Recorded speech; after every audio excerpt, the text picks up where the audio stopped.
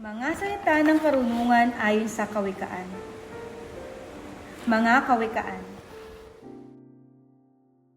Chapter 3. Anak ko, ang aral ko ay huwag mong lilimutin. Lahat ng aking utos sa isipan mo'y itanim. Upang araw mo'y tumagal, humaba ang iyong buhay, at maging masagana sa lahat ng kailangan. Pananalig at katapatay, huwag mong tatalikuran. Ikuwintas sa iyong leeg at itanim sa isipan. Sa gayon, malulugod sa iyo ang Diyos at kikilalanin ka ng mga tao. Kayawi ka magtiwala, buong puso at lubusan, at huwag kang mananangan sa sariling karunungan. Sa lahat ng iyong gawain, siya nga'y alalahanin, upang ika'y patnubayan sa iyong mga tatahakin. Huwag mong ipagyabang ang iyong nalalaman. Igalang mo't sundin si Yahweh at lumayo ka sa kasamaan. Sa gayon, ikaw ay lalakas at magiging matatag. Mawawalang pighati, gagaling ang iyong sugat. Parangalan mo si Yahweh sa pamamagitan ng iyong mga kayamanan, at mula sa iyong mga pinakamainam na ani, siya'y iyong handugan. Sa gayon, kamalig mo ay lagi ng aapaw, sisidlan ng inumin ay hindi nga matutuyuan. Aking anak, ang saway ni Yahweh ay huwag mong maliitin, at ang kanyang pagtutuwid ay huwag mong itakwil, pagkat lahat ng mahal niya'y itinatama ng daan, tulad ng anak na minamahal, sinasaway ng magulang. Mapalad ang isang taong nakasumpong ng karunungan, at ang taong nagsisikap, unawa ay nagtatamo.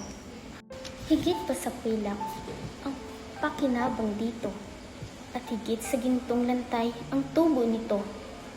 Sa alinmang alahas ay higit ang karunungan, at walang kayamanang dito ay maipapantay. Mahabang buhay ang dulot ng kaalaman, may taglay na kayamanan at may bungang karangalan.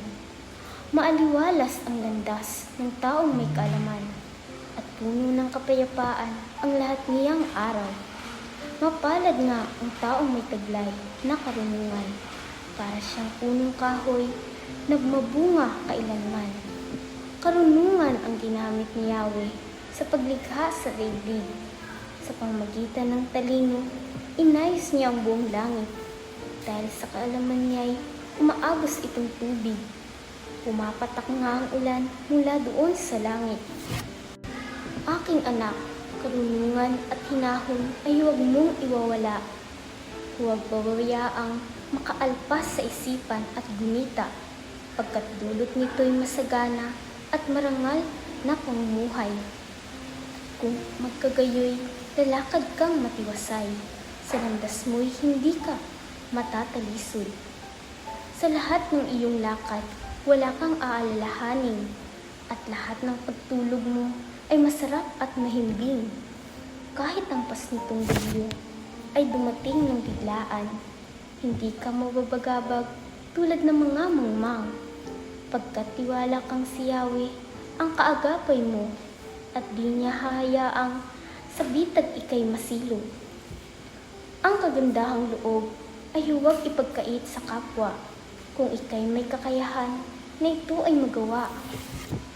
Kung mayroon ka ngayon ng kanyang kailangan, huwag nang sasabihin, bumalik ka't bukas ibibigay. Huwag gagawa ng masama ang iyong kaibigan, na sa iyo'y umaasa at may tiwalang lubusan. Huwag makikipag-away ng walang sapat na dahilan, kung hindi ka ginawan ng anumang kasamaan. Huwag kang maiinggit sa taong marahas, nilalakad man sa masama niyang landas, pagkat si Yahweh ay nasusuklam sa mga isipang baluktot. Ngunit nalulugot ni siya sa taong sa kanya ay may takot.